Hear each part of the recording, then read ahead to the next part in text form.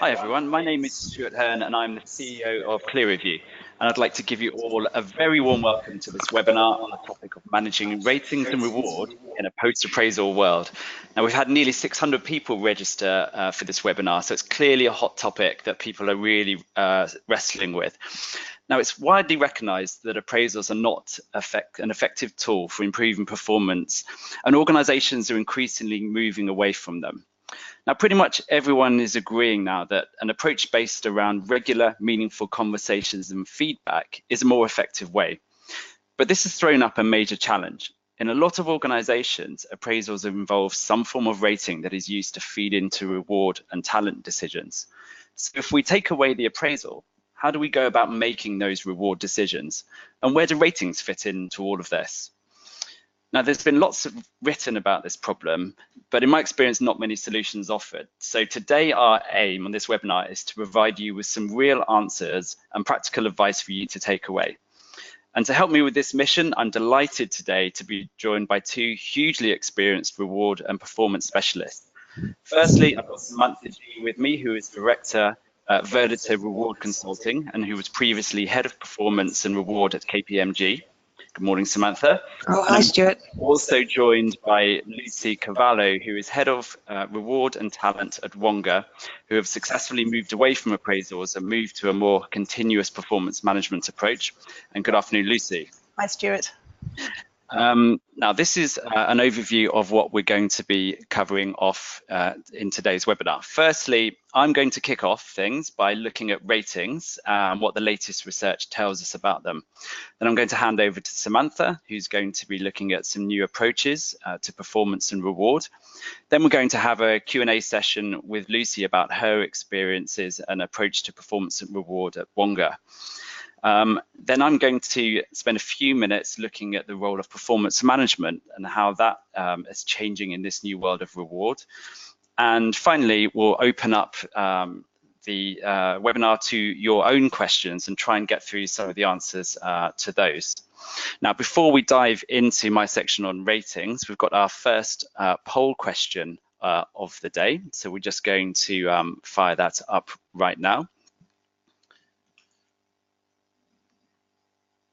So the first question is about ratings, and in terms of using performance ratings, we'd like to know, are you currently using ratings, thinking about moving away from ratings, or not using ratings? So we'll just wait to get your answers in there.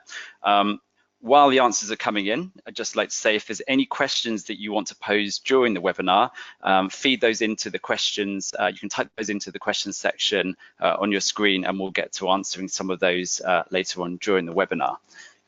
Okay, so do we have the results in? Just asking my technical person here.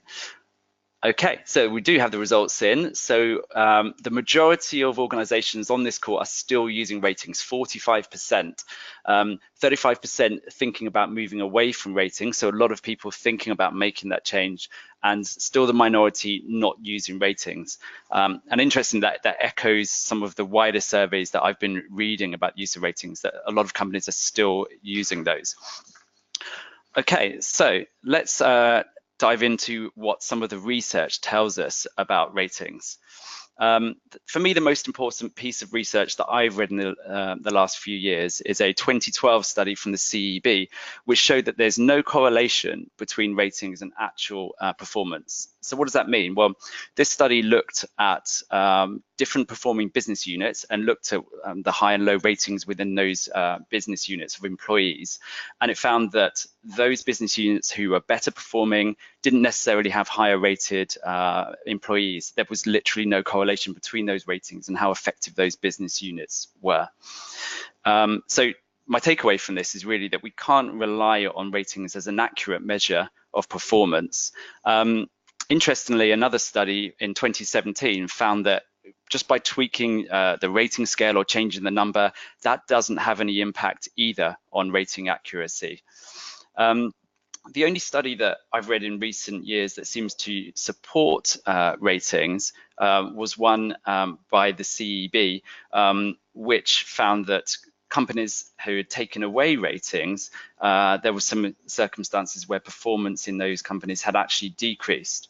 Now, that's a slightly flawed study, it turns out, because a lot of those organizations that they included took out ratings, but they took out everything as well. So there was literally nothing going on. So in those cases, some of the employees were literally getting no feedback or conversations at all. So the ratings that they were getting were the only feedback they ever had. So I think a more valid piece of research that's been done is one by the Neuro Leadership Institute, which looked at 27 companies who got rid of ratings and were now 2 to 5 years into a new performance framework. So they hadn't just ditched everything, they'd replaced it with a new framework. And of the 22 of those that were tracking engagement, they found out that all the engagement in all of those companies went up and has continued to do so. So if we do take away ratings and we replace them with something meaningful and tangible that encourages more regular conversations, then the engagement should go up.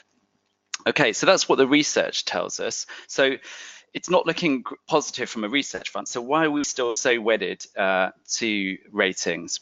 Well, I've worked in performance management for about 10 years now, and before that I was an HR director. And these are some of the justifications that I've seen for using ratings.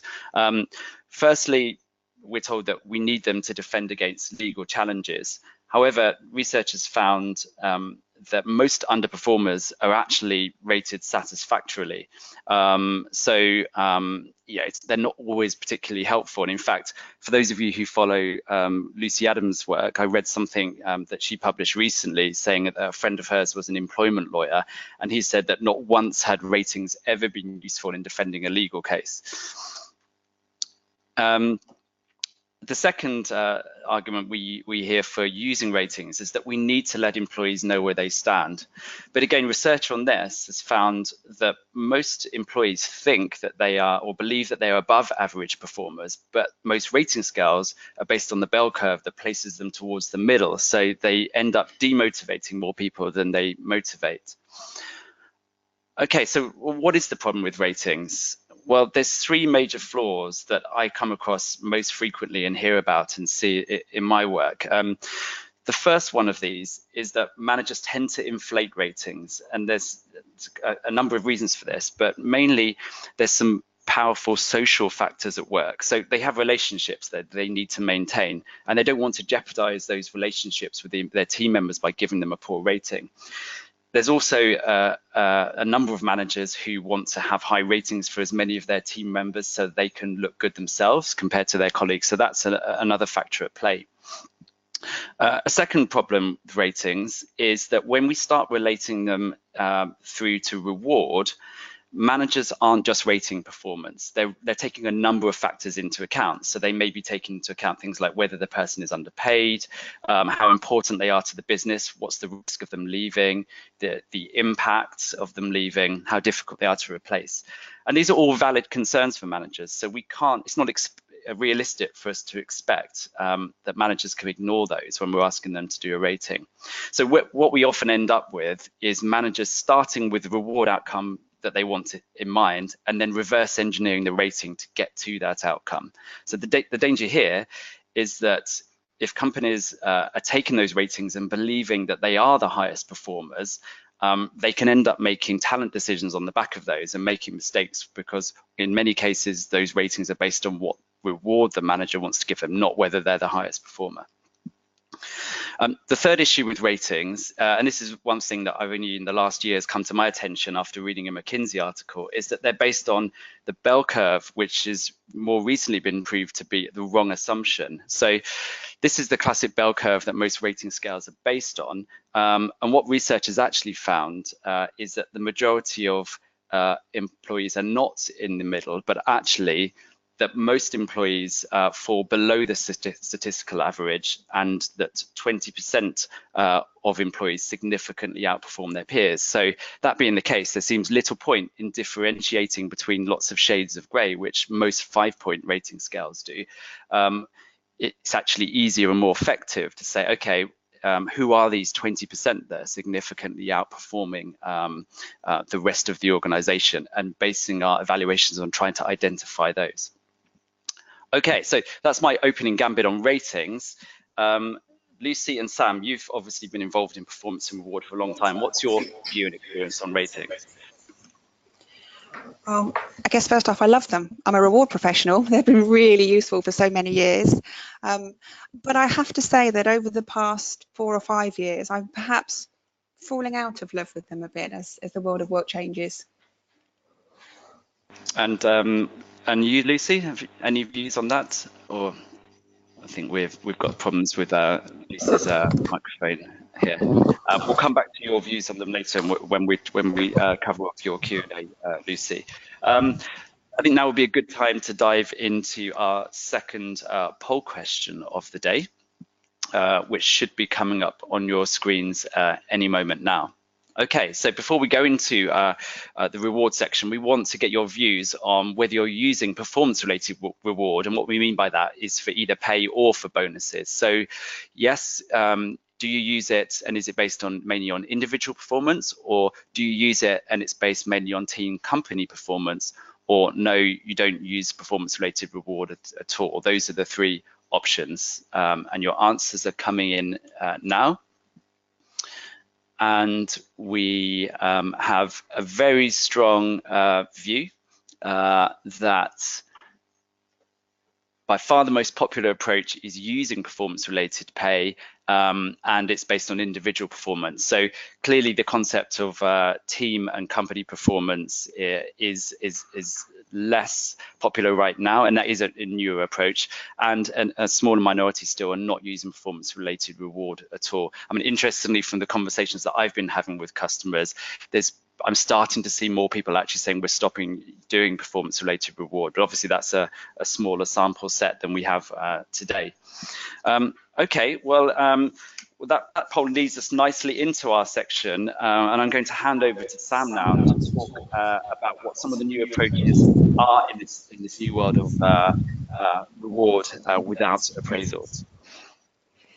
Thank you, Stuart, and thanks very much for inviting me to come along and talk today. With this number of people listening in, it's definitely a personal best for me. So if we could go on to the next slide, lovely. Perhaps a good place to start might be to ask whether it's worth the effort linking performance and reward. Does it work?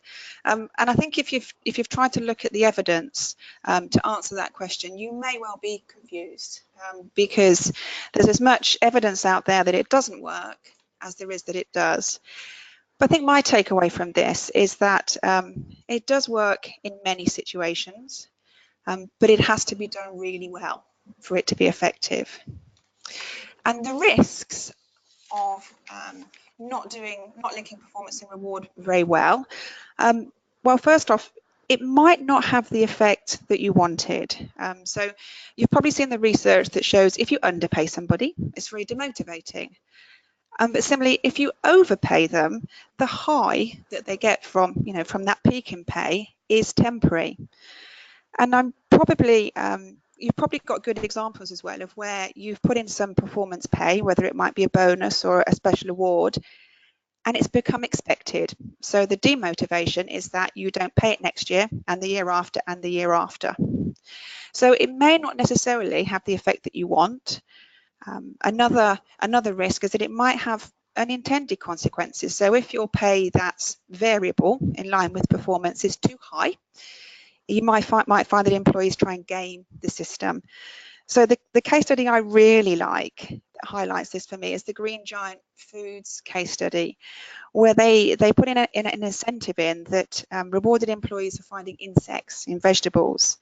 And they had really good results, so good that they looked into it to find that employees were bringing in their own insects to add to the vegetables to find. So a nice case study there on gaming the system. Another risk is it's particularly hard to do this well. It is hard to link performance and pay. And I think appraisal ratings probably aren't necessarily making that any easier for us. So I too put a slide together about why appraisal ratings aren't working. I don't want to duplicate some of the things that Stuart has said, but just to quickly summarise these, we know they're at odds with the purpose of performance management. So performance management is about improving individual and organisational performance. It's about relationships. It's about ongoing feedback and communication, coaching and development.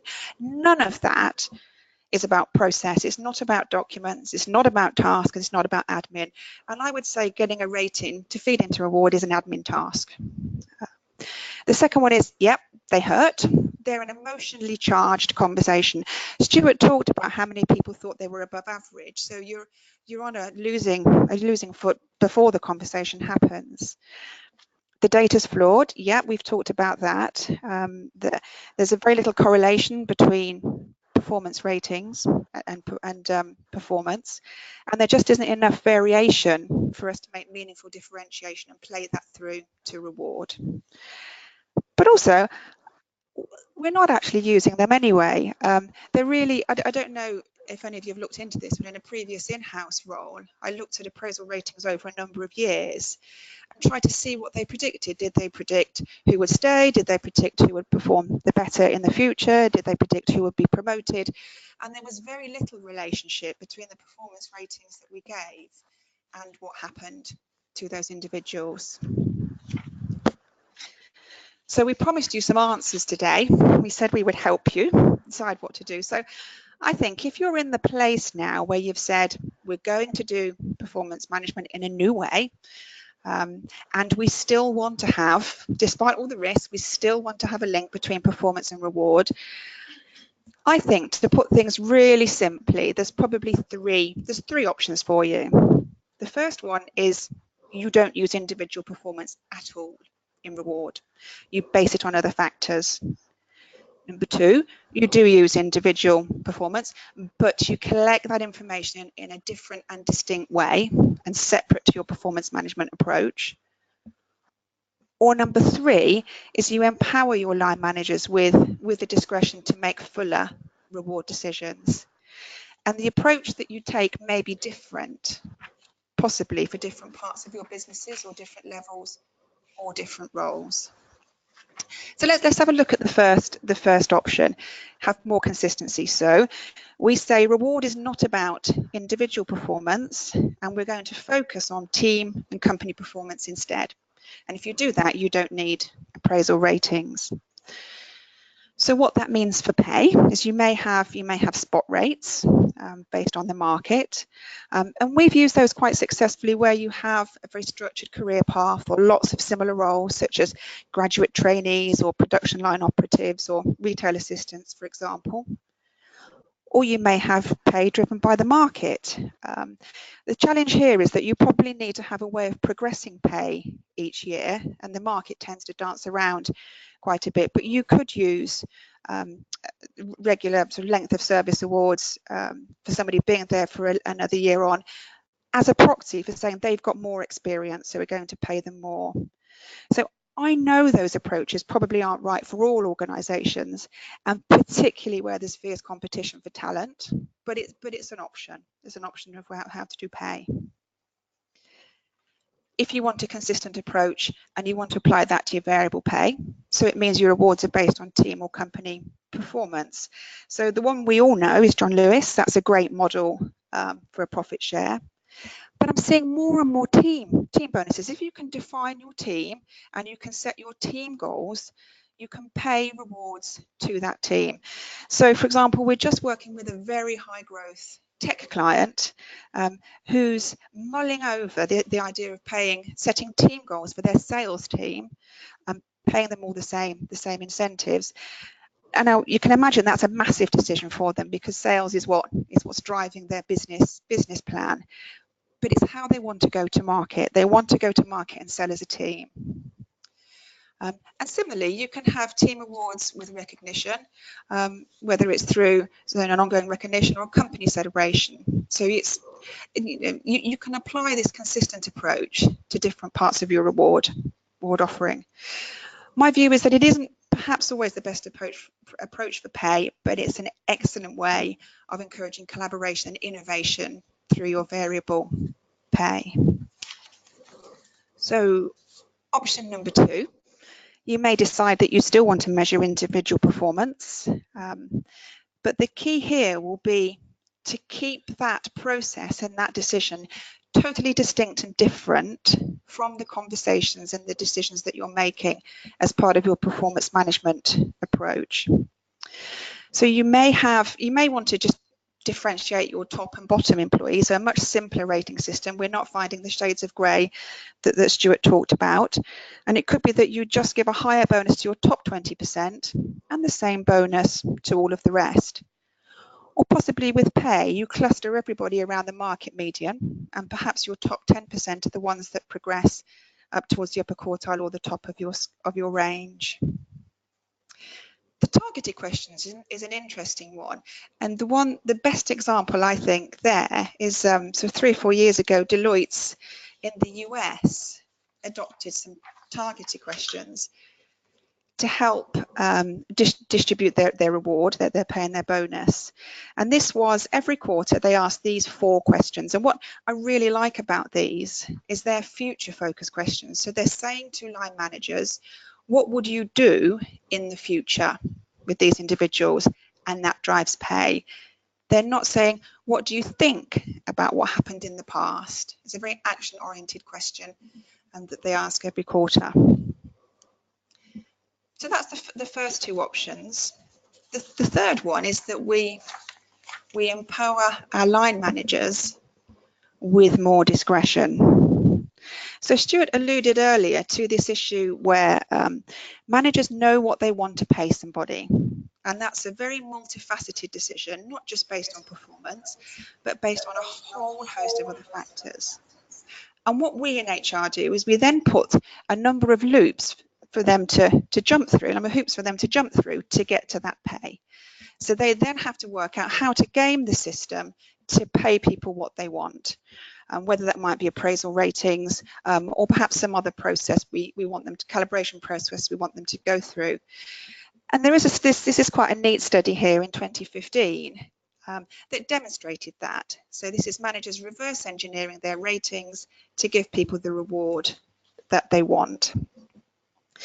So if we have a look at what we can do about that, is we could do what we're calling, we could adopt a holistic approach to reward. So we call this a progressive approach, but what we're saying here is we empower line managers to make informed reward decisions, that's pay and bonus, taking account of multiple factors. So this is about more discretion, but it isn't a free-for-all in any way. So it's about having a very clear strategy, clear principles, and an approach where line managers apply those principles in a transparent way. So a client that we've been working with very recently is St Andrews Healthcare. That's a leading mental health service provider with sort of 3,000 or 4,000 employees. Their business is changing. They're having reorganizations and transformations. The way they do work and the type of work they're doing is all changing very rapidly. And they got to the point where no longer could they go to HR to ask them to tell them what they should pay for this newly created role that they understand and HR is trying to understand. Even if HR insists that they give them an appraisal rating, it is still hard to find the right answer when it comes to pay. So they've empowered line managers to make those decisions. They've given them budgets, they've given them a list of factors, and they've trained them to make and communicate reward decisions. And when I talk about factors, these might be factors to do with the role. So it might be how scarce the skill set is, are there recruitment challenges, what do you pay others in the team, what do you pay others at the same level, what's the market rate, is the market moving?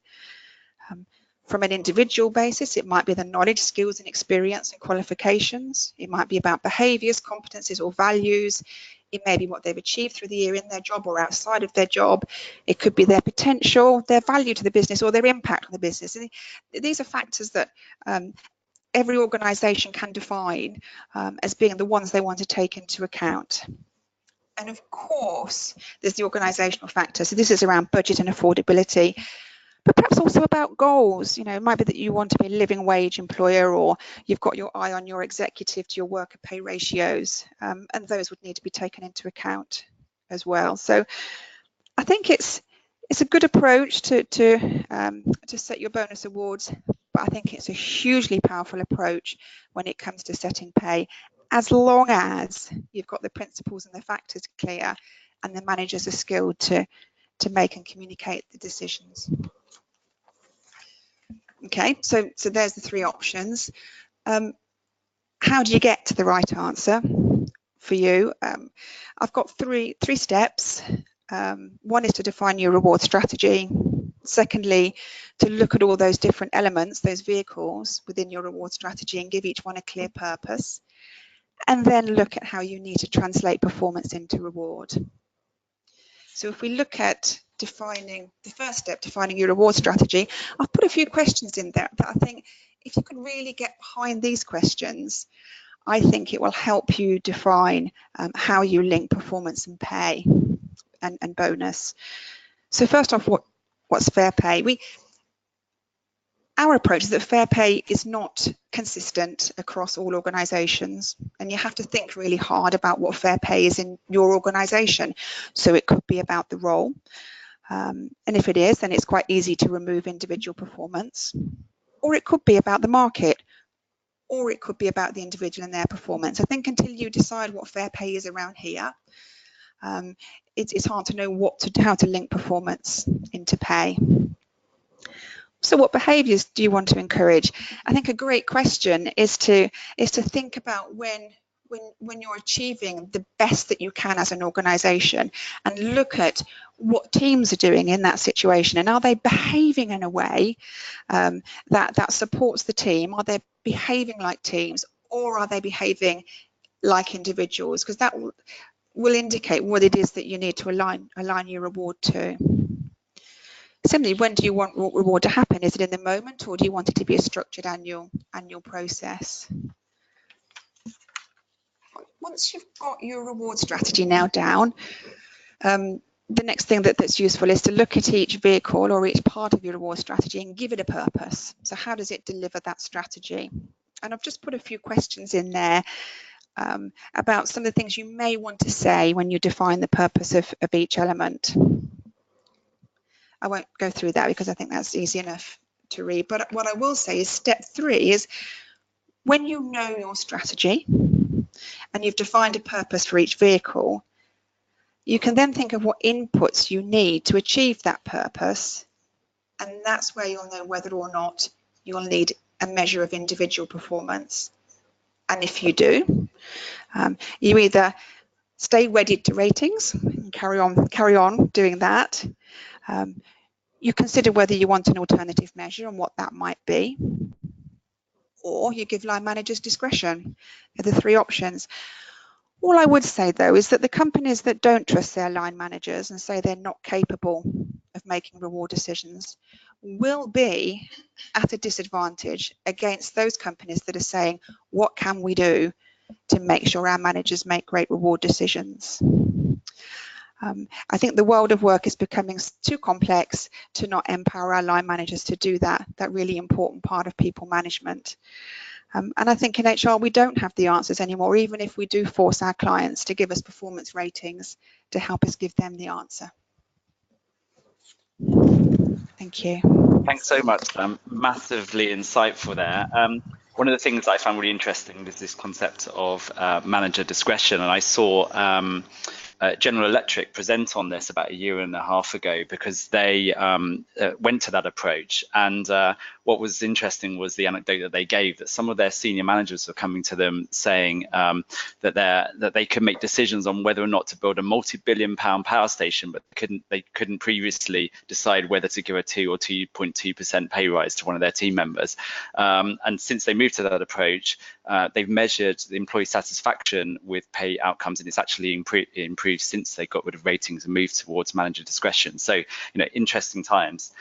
We're going to move into another poll question now.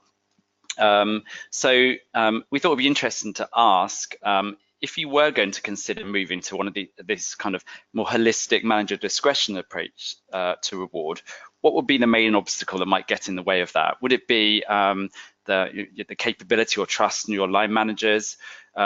Would it be your senior managers being too wedded to performance ratings, or would it be the risk of a legal challenge? So it'd be interesting to see what comes up there. While we're waiting for those answers, we've had a few questions coming in asking whether we'll make the recording and the slides available afterwards. And yeah, absolutely, we'll be sending those out to you. Okay, so poll questions are in. Very strong results here. We have 70% of people, I think it's manager capability and trust that would be the biggest blocker for them to moving towards a more discretion-based approach. Very interesting, and you know, picking up on what Sam was saying, it's not something that we just hand over and it's a free-for-all. There needs to be clear guidelines presented to managers and training as well on how to make those decisions.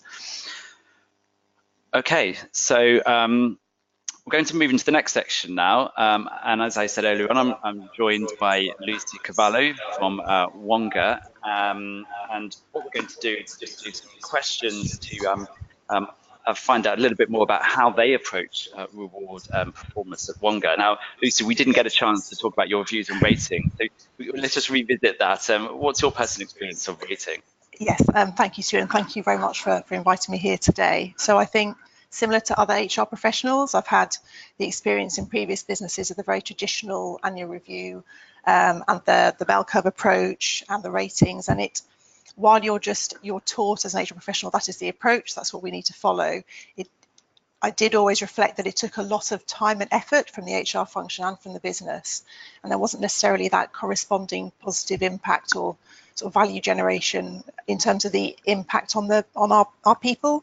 So it felt like it was an activity to go through, and maybe it was about reducing any perceived employment risks, which, quite frankly, I think it's not a great driver, and a better way of addressing those sorts of risks is great communications with managers, great team leadership, continuous conversations, all those sorts of things.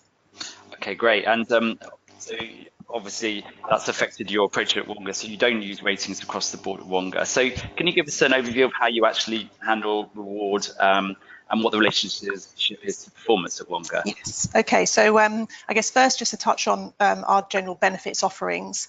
So we believe in having a great offering for everybody as soon as they start. So the sort of fintech, tech-esque type benefits offerings, so things like traditional core packages of medical, life, and pension, and then other peripheral office type activities like free breakfast, games rooms, snacks, drinks on a Thursday, lots of social events.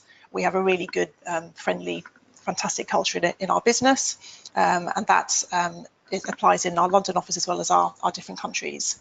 And we also work really hard to create a continuous learning culture to support professional development. So as we know, millennials really rank that highly as a benefit. And then we have an active approach to recognition. So we have a peer-to-peer system. Anybody can nominate anybody for recognition awards on a weekly basis, and that rolls up into a quarterly people award. So we feel like we cover those areas off fairly well, and that was borne out in our recent Gallup engagement survey. But then moving on to things like pay and bonus. So in terms of salary review, so we have an annual process, as similar to other businesses, and it's based on some basic factors around wage inflation, so remaining competitive and looking at the median's market benchmarks, and also people's performance in role. And we do give budget holders and managers discretion to award pay within that framework and that guidance. So while we give fairly detailed guidance, our approach is heavily dependent on great people managers who are confident to provide really clear objectives, to give feedback, to have regular progress meetings, so they can address performance concerns promptly and act really quickly, but then also recognise great performance too. And then moving on to the bonus scheme. So we have a group bonus scheme, which is awarded based on group non-financial and financial performance. So it's been designed to encourage collaboration, sort of teamwork, knowledge sharing, collective success. So it's sort of we rather than I. And as long as people are performing well in their role and there aren't performance concerns that have sort of gone to formal processes, then they will be eligible for a bonus. And then we very much look at the group performance in terms of non-financial factors first, so sort of compliance, audit, risk type conditions, and then the financial performance before we would make an award.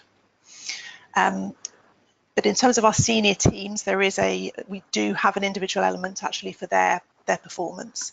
So it operates in two ways, but I guess what we're trying to recognise is the responsibility that they shoulder and the functions that they need to lead. So first of all, they need to make sure that in terms of their functions, there are no outstanding sort of audit compliance issues live by the time it's bonus time. and making sure that they're leading in a really great way. So they're making sure the culture in their teams works well. And I think culture and governance got a really, really strong link, and it's something that the FCA is looking at really closely as well. So we try to reflect that within our bonus scheme. And also they have an individual element to their bonus as well, which is based on performance in role and leadership behaviours again. So their bonus can go down as well as up, just to reflect that increased level of accountability. Okay, so what we're looking at is a group decisions around bonus for the majority and differentiating on individuals just at the top levels, and that's quite progressive, because what we saw from the poll, most companies are still doing individual differentiation across the board. So what led you to that approach, and what drivers that got you there? So we didn't have ratings in the past in any case, so I guess we were starting from a relatively blank sheet of paper. We wanted to make sure that we were motivating leaders and people to work collaboratively together. We wanted to do it, again, as I said, as a team effort, and we just feel there's other ways to motivate people besides you've done this really well, so here's your bonus. It's more about if we've got the right career planning and support, have we got the right environment, have we got understanding and empathy for our customers. So all of those things sort of led us to that decision. And we just felt giving leaders the tools other than sort of bonus and pay was the right thing to do. Okay, great. And how does this approach to reward fit in with your wider performance management approach? So we've called it performance development because we wanted to consider both performance in role and how that's tracked and measured, as well as development planning. So the conversation should be about PDPs, performance personal development plans, as well as performance in the role. So we have a quarterly approach, and quite frankly, we use the clear review approach as you set it out. So we have objectives and key results for people, and then they have regular check-in meetings every quarter or so, and then feedback either from your manager or within or peer-to-peer. And that's a continuous ongoing process. But then for more senior leaders, we would have that sort of annual big check-in and review for their year and how that's gone. So you've been using this continuous performance management approach instead of approach for quite some time now, and even before you started working with us at Clear Review. How's that been going, and have you had any learnings so far, any challenges along the way? Yeah, so as I said, yeah, we commenced it 2 years ago. It was fairly light. It was a way of just supporting people having clear goals and having regular progress meetings. We were going through a lot of business change at that time, so we probably didn't have the capacity to give it the full learning support as well. So it did embed to a certain extent, but it's really got off the ground now with a new group purpose that we launched in January, where we could really, I guess, hang it off that. So we've had group objectives and key results and an OKR approach from January, then followed up with the clear review tool being embedded in May. So the tool is helping us make a behavioural shift to the right things. So regular feedback, regular check-in meetings, personal development plans, and being really clear on what's expected of people. And we're getting the feedback that people are really enjoying using it. They're finding it really easy to use, either mobile or on your PC, particularly things like the notes and the actions, just really quick, in the moment. And also the thank you facility on the feedback. So if you receive some feedback, like, thank you very much, that's great, or ask for more sort of insight. We're also reporting at it at a group exco level. So we have a people dashboard where we use the clear review dashboard to put in sort of how we're doing on each quarter. Again, objectives, feedback, check-ins, PDPs, really simple, just keep going. And we're not saying to people, look, you've got to get it to the green. It's just these things really work. And if we do this, we'll have a better experience, and also will improve our performance as a business. What we don't have in place yet is a behavioural approach, so a behavioural framework or competency framework that aligns to our our values, and that's something that we want to focus on, I guess, as a next step. So we've got a fabulous HR team with some great individuals who are all really impatient to do the next thing, and that'll be one of the things that we'll focus on. And we're also thinking about sort of the continuous learning culture alongside continuous performance management. So we're developing workshops for our people managers, which again covers all those things around how to give great feedback, how to coach, how to have those tricky conversations when you need to. Amazing. Thanks, Lucy. It's been really good to get some real practical insights of what it's really like on the front line of doing this stuff. And I mean, it's interesting you said about, you know, you started and things have developed over time. Sometimes I get HR people come to us and saying, you know, I need to make this perfect from day one. I want to get this right. And, you know, it's a journey, isn't it? And it is, absolutely. We make it over time. Yeah. Okay, so what I'd like to do next, just to say as well, we'll be picking up on some more of your questions at the in a few minutes.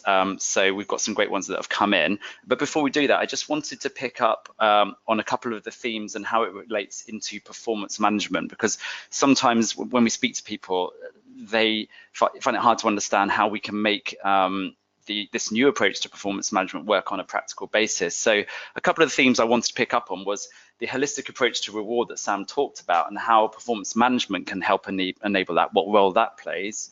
And also, it's been alluded to about this concept of decoupling pay from performance. How do we go about doing that? And what does that look like in reality? To help answer these, I thought it would be useful to show visually what the continuous performance management methodology that we use and that we built ClearReview upon. And the core of this is having ongoing, meaningful conversations and feedback. That's what it's all about. And if we want our managers to make better, more objective, more holistic pay decisions, in order to achieve that, we need them to build open, trusting relationships with their team members. And we do this by having regular conversations and feedback. But if we want those conversations and feedback to be meaningful, we need to have a clear separation between those performance improvement conversations and any processes involving measurement or pay. So what does that look like in practice? So the majority of our customers will be doing check-ins on either a monthly or bi-monthly or quarterly basis. And these are supplemented with work on real-time goals, or agile goals as they're often called, and getting real-time feedback on how people are doing as they go along. And then the check-ins act really as the touch points where you review those things periodically. What does a check-in look like in practice? So just to visually show you, this is what a check-in looks like at ClearReview. So it isn't about form filling or typing up lots of answers to things. We have a set of prompts for discussion, and these are all configurable. So what you're seeing here is just examples, and these help keep the conversation focused on what's important, the future-focused developmental aspects. And then there's an area for capturing actions and notes that come out of the back of that conversation. So it really reflects the natural way that people hold a conversation, whereas traditional performance management technology has been very much about data typing and data capture.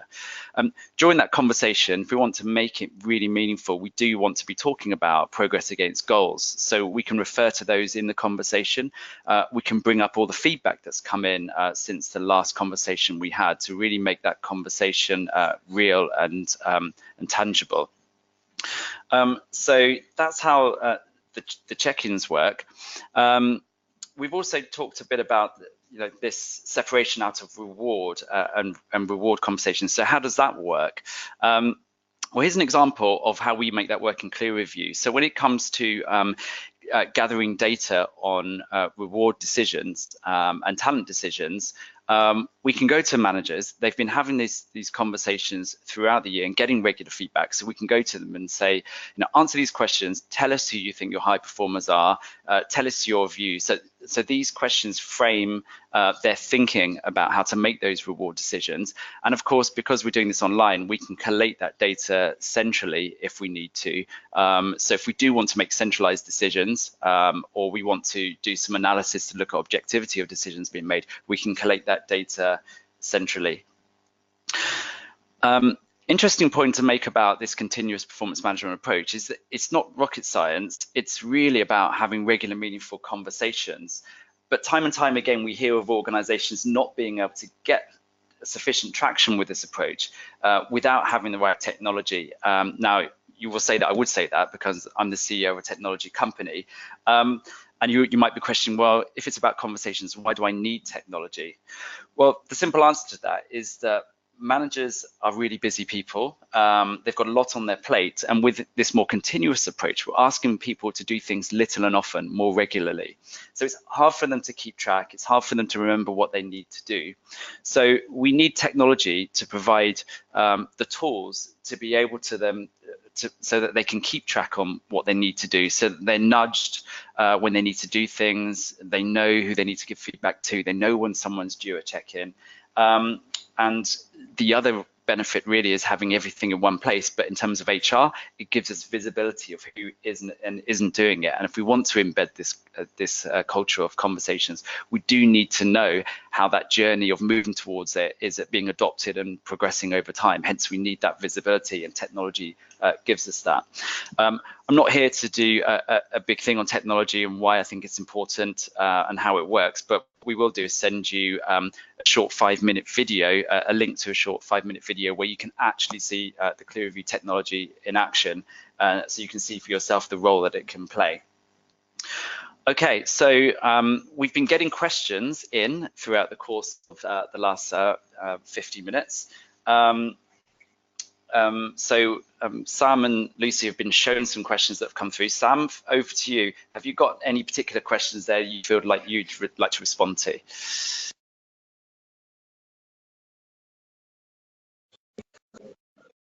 I have. I'm just trying to find the one that I liked on my screen here.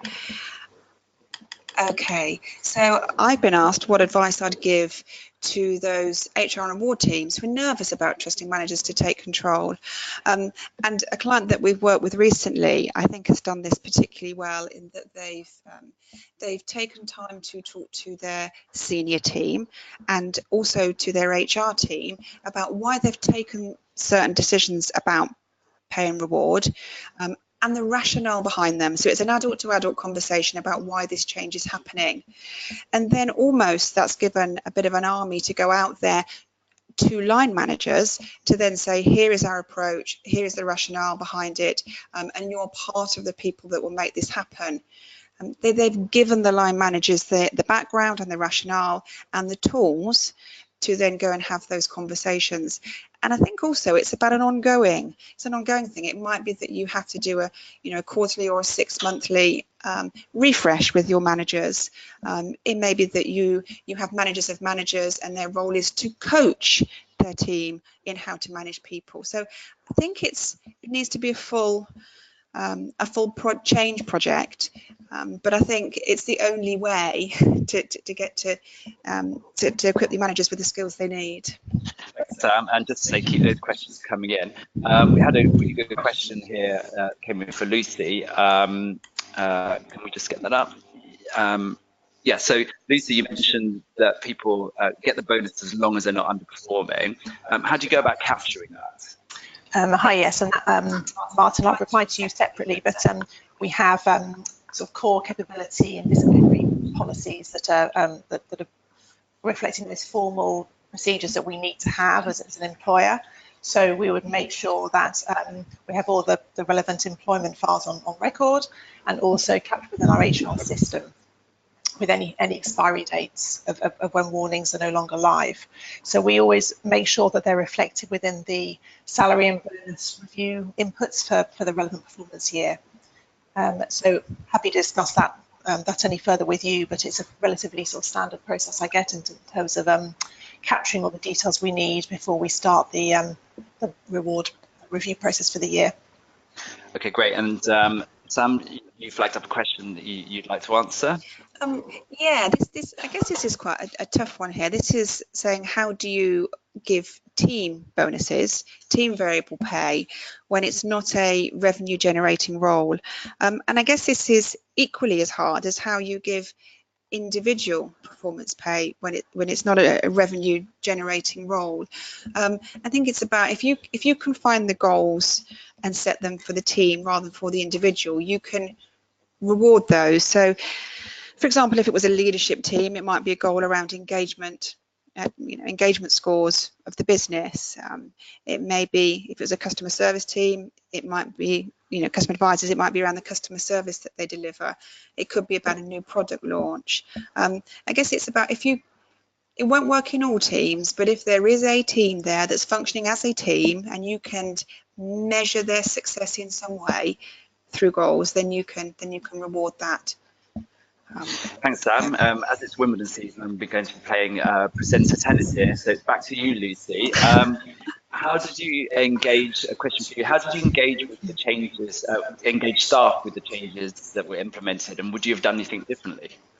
So in terms of how we launched our performance development approach, we did a relatively big bang approach. So we used sort of collateral like really nice sort of posters and online training as well as workshops, and that seemed to go down really well. And we also did some sort of desk drop items as well. So I think that went really well.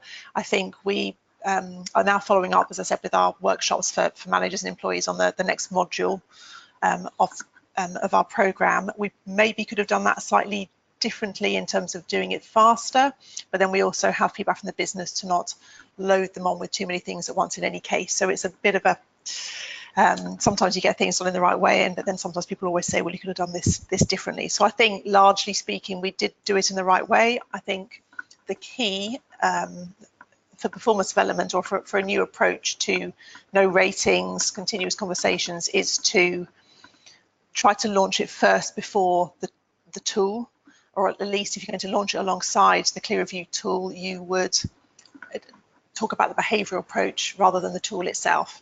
So it's not workshops to say, click here, click there, it's sort of technical training. It's more about, right, how we're going to have a great approach to our conversations about performance and become a learning organisation. Yeah, I think that's a really good point. It's something that we say a lot to our customers, that any the communication that you do should be around the skills and behaviours around performance management, not about the tool itself. And we deliberately tried to build the clear review tool so it didn't need to be trained, so you can spend that time on the kind of cultural aspect. Just to say as well, I've seen some of the materials that you guys produced when you rolled out, and I thought they were really engaging, really good. So I just wanted to say that. Okay. Hitting the question ball back to you now, Sam. Got a couple of questions coming in for you. There's one I really like here. It's a very interesting one. It's about, should rewards to individuals be communicated to others in the company? Big question I get a lot as well. Yeah. And I would say you should make rewards to individuals that you would be prepared to communicate to others in the company. So I think if you get to the stage where you could do it, then you've done it to the best of your ability. Whether or not you should, I think it will depend on the organisation. Very, very few UK organisations have done this. A few more in the US have, and I think it isn't without risk. But I think if we're aiming for the ultimate in transparency, then yeah, I'd love to have a client. If I'm honest, I'd love to have a client that we work with who would do this. But I haven't yet. So a bit of a waffle. It should be a goal for everybody, whether you do it or not. Okay, yeah, I think it's a good answer. And obviously, culturally, we have to be ready as well. And that's still, not everyone is Netflix and Google, so we have to be culturally in the right place for that. Question for Lucy now. Have you got that in front of you, Lucy? So the question from Vika. So in terms of this, I think it's a really, really good question. And I think that you sometimes see that skew in terms of how managers are being perceived against actually how their team are performing. I think that's why we put in the approach in terms of saying, actually, there's certain things with a leader's function that they need to make sure they're getting right to be able to be eligible for a bonus. And we haven't gone so far yet to say that as a manager or a leader, your bonus or how you're managed is based on people metrics within your team, but that's something that we could do in the future. We don't want to make it too transactional, but you could maybe say for leaders, right, within your function, you don't have many people who have clear objectives or who are receiving or giving feedback, or who are having these regular check-in meetings. So that's maybe one way in which you can ensure that these leaders are truly embedding and carrying out those behaviours that you want to see. Fantastic. And we've got time for one last question, which is going to be one for you, Sam. Yeah, and this is about how you make the team bonuses work when teams aren't functional silos, where they're virtual teams and lots of individuals might contribute to a line manager and a project manager. And I would say if we take the ethos of continual performance management and regular updating of goals, it would work really nicely if we had reward in the moment at any point in the year when it's appropriate. So, for example, you would have much more money in your recognition pot. You would use that at the point that a project finishes for those people in that team to recognise the work that they've done. So this is about having a really agile approach to reward, which is a much more in the moment and aligned to a continuous performance management approach. So and just another way, another option of doing regular reward. Thank you, Sam, and to Lucy for some really good insight to those answers. Many questions we didn't get to answer, but we'll do our best to get back to you with some answers to those. Hopefully, we have managed to provide some actual answers. So hopefully we've achieved the mission we set out to achieve, which was to provide some practical solutions to what is a very difficult question that lots of people are struggling with.